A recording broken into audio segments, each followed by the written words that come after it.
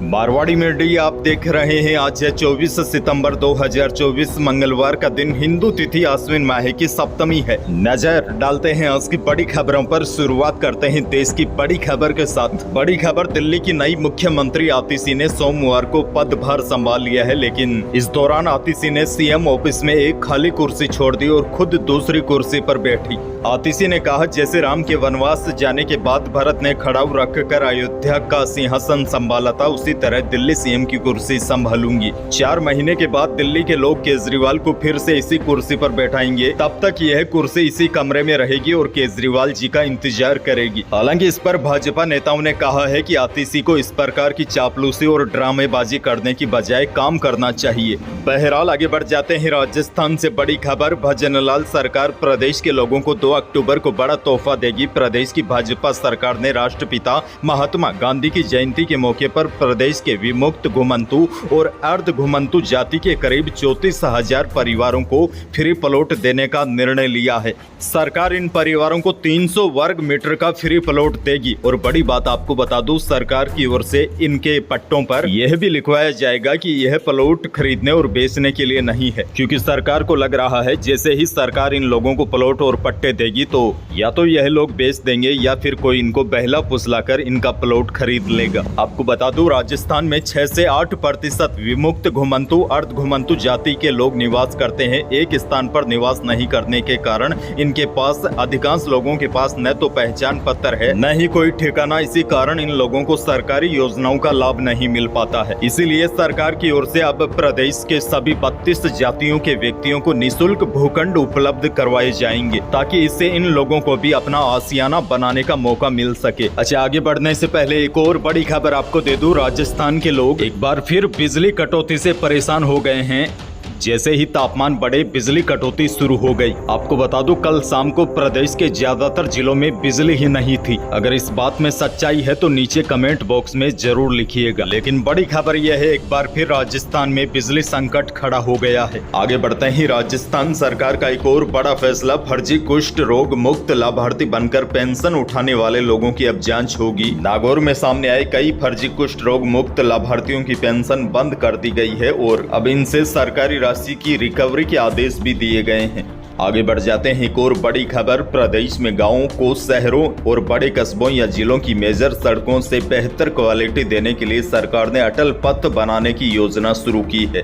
उप मुख्यमंत्री और सार्वजनिक निर्माण विभाग मंत्री दिया कुमारी ने बताया कि प्रदेश में लगभग 206.35 करोड़ रुपए की लागत के इन अटल प्रगति पंथों के निर्माण करवाया जाएगा। बजट घोषणा के क्रम में 10,000 से ज्यादा की आबादी के गाँव में मुख्य सड़क को, जिसकी लंबाई 1 से 3 किलोमीटर के बीच को अटल प्रगति पथ के रूप में विकसित किया जाएगा। आगे बढ़ जाते हैं। एक और बड़ी खबर, जयपुर में रक्षा मंत्री राजनाथ सिंह की सुरक्षा में चूक का मामला सामने आया है। राजनाथ सिंह सिक्कर रोड स्थित भवानी निकेतन स्कूल के कैंपस में पब्लिक प्राइवेट पार्टनरशिप मोड पर सैनिक स्कूल का उद्घाटन करने आए थे। कार्यक्रम के बाद वह एयरपोर्ट के लिए रवाना हो रहे थे।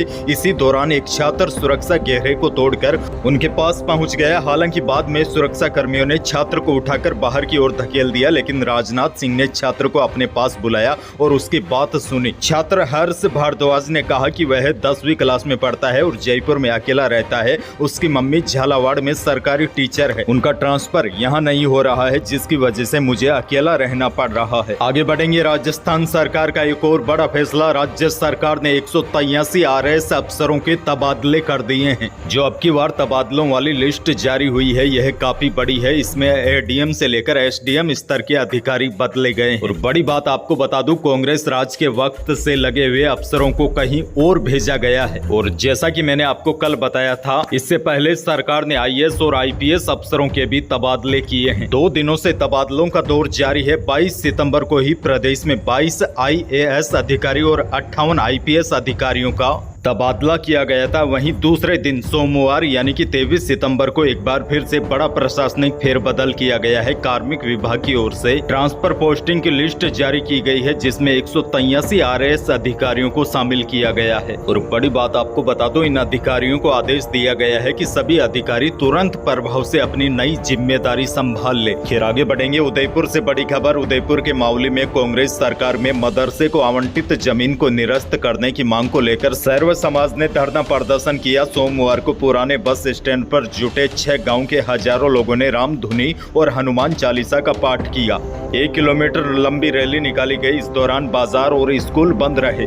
आपको बता दूं, गहलोत सरकार के कार्यकाल में यहां 4 बीघा 16 बिस्वा जमीन मदरसा को आवंटित कर दी गई थी। सर्व समाज के लोगों ने आपत्ति जताते हुए इस जमीन आवंटन को निरस्त करने की मांग की है। आगे बढ़ जाते हैं। एक और बड़ी खबर, राजधानी जयपुर के सेंट्रल पार्क में 85 करोड़ की लागत से बने गांधी वाटिका म्यूजियम के उद्घाटन को 1 साल बीत चुका है, लेकिन आम जनता के लिए यह म्यूजियम नहीं खोला गया है। अब इस म्यूजियम को आम जनता के लिए खोलने की मांग को लेकर पूर्व मुख्यमंत्री अशोक गहलोत ने भजनलाल सरकार के खिलाफ मोर्चा खोलने का ऐलान कर दिया है। अशोक गहलोत ने कहा है कि 28 सितंबर को गांधीवाद तरीके से सुबह 11 बजे से शाम 4 बजे तक गांधी वाटिका म्यूजियम पर धरना देंगे। आगे बढ़ते हैं। एक और बड़ी खबर, कृषि अर्थव्यवस्था की रीढ़ होने के बावजूद प्रदेश में दुधारू पशु निःशुल्क बीमा योजना के दायरे में नहीं है। नई सरकार ने पूर्व में चलने वाली बीमा योजना का अघोषित रूप से बंद कर दिया है और जो अभी हाल ही में राजस्थान बजट में नई योजना मंगला पशु बीमा योजना को लागू करने की घोषणा तो कर दी थी, लेकिन योजना को अभी तक अमली जामा नहीं पहनाया जा सका है,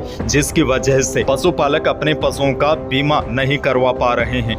वहीं पशुपालकों के लिए एक और बड़ी खबर है। राजस्थान में एक बार फिर लंपी रोग गौवंशों में सामने आया है। कोटा की गौशाला में नगर निगम की ओर से पकड़े गए 5 गौवंशों में लंपी रोग मिला है, जिसके बाद सभी को पशु चिकित्सालय में इलाज के लिए शिफ्ट किया गया। हालांकि जानकारों का कहना है कि यह रोग पहले जितना नहीं फैल पाएगा, क्योंकि अब मौसम में भी बदलाव शुरू हो गया है। लेकिन लंपी के सामने आने के बाद पशुपालन विभाग एक बार फिर सतर्क हो गया है।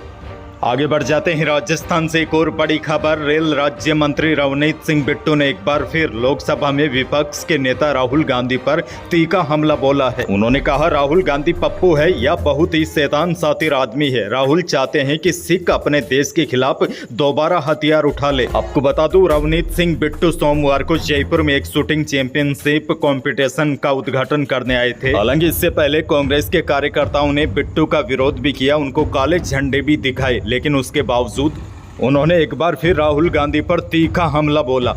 आपको बता दूं, इससे पहले बिट्टू ने राहुल गांधी को देश का सबसे बड़ा आतंकवादी कहा था, जिससे सचिन पायलट से लेकर अशोक गहलोत ने नाराजगी जताई थी। और अब एक बार फिर बिट्टू ने राहुल गांधी को पप्पू के साथ शैतान और शातिर आदमी बताया है। बहरहाल आगे बढ़ते ही मौसम से जुड़ी बड़ी खबर है। आखिरकार मानसून के लौटने का समय आ गया है। पश्चिमी राजस्थान के सीमावर्ती क्षेत्रों में कल से ही मानसून की वापसी शुरू हो गई है। इस बार 6 दिन की देरी से मानसून की वापसी शुरू हुई है। मौसम विभाग ने ऐलान कर दिया है कि जोधपुर, बाड़मेर, जैसलमेर और बीकानेर यहां से मानसून की विदाई शुरू हो गई है। मौसम विभाग के ताजा अपडेट के अनुसार राजस्थान के कोटा, उदयपुर संभाग के अब केवल कुछ ही भागों में 25 सितंबर से 30 सितंबर तक हल्की से मध्यम बारिश होने की संभावना है। हालांकि अजमेर और जयपुर संभाग में भी 27 और 29 सितंबर के दौरान हल्की बारिश होने की संभावना है।